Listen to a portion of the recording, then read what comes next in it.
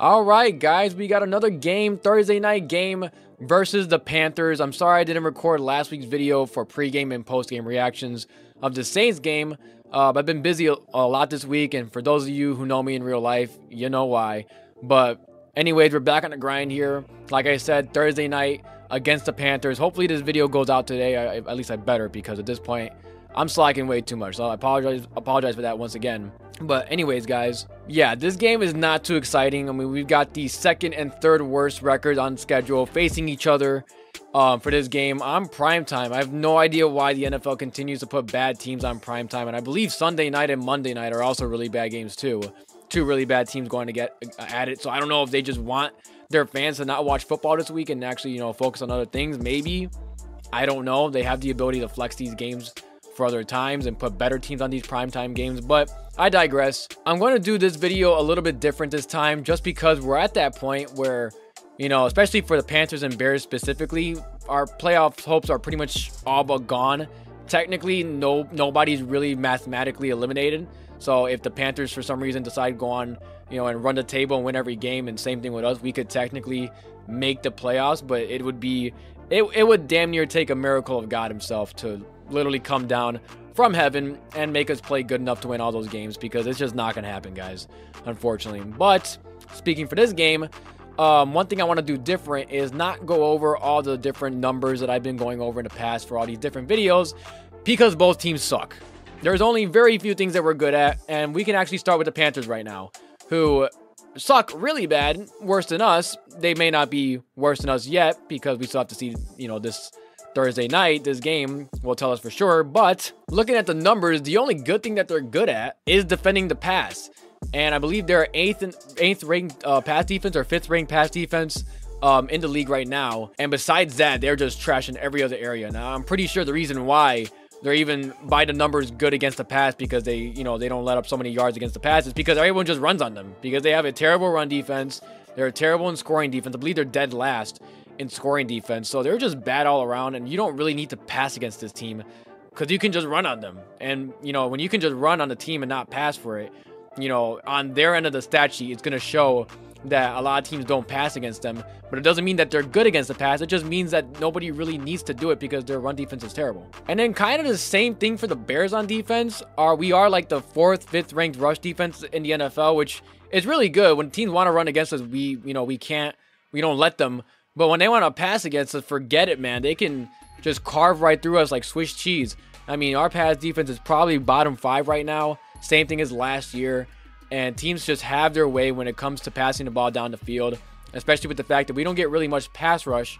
And yes, I know we just acquired Montez Sweat, so this will kind of be his first game playing, a lot of snaps. I know last game he played, I believe, like 70-80% of snaps. So we're hoping that this time he gets more to like the 90-95 range. So maybe our pass defense will, flourish with the fact that we've got more weapons on edge rushing with the new acquisition of Montez Sweat. But who knows? At the end of the day, our pass rush is still pretty bad, actually the worst in the league.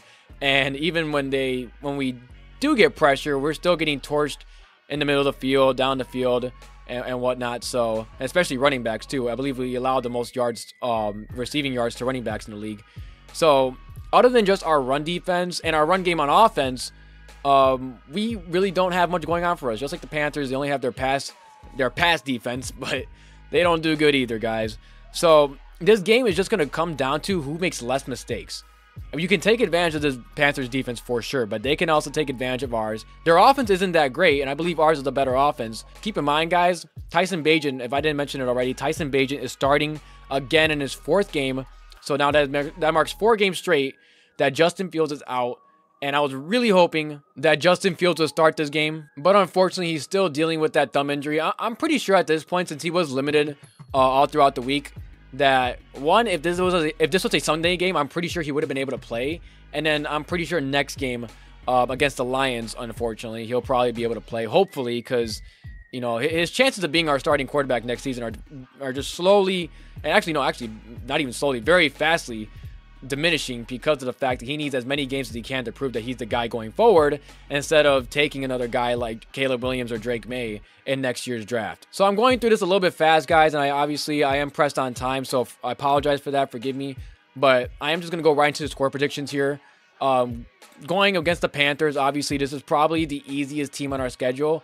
However, it doesn't really matter. Even if we were going against the Cardinals, who technically have the worst record, the Panthers, who are arguably the worst team in football, there is no such thing as an easy win for us. There really isn't. There's just easier games, and the Panthers are the easiest game that we'll have all year, other than, like, I guess the Commanders and the Raiders. But either way, guys, you know, Bryce Young, a struggling rookie who has a lot of promising, you know, quality traits about him. Even though he's not doing so good, his situation also isn't that great either. He could very well beat us. He was drafted #1 overall for a reason. He's got a lot of skill. And if there's any game that he can look to bounce back to, it's definitely this game against our pass defense. Hopefully, you know, we don't let that happen, but it could very well happen. And obviously, since Tyson Bagent is starting, I'm not going to predict a high-scoring game. Matter of fact, I am going to predict that the Bears win 20-13 against the Panthers. A very low-scoring game. So if you guys...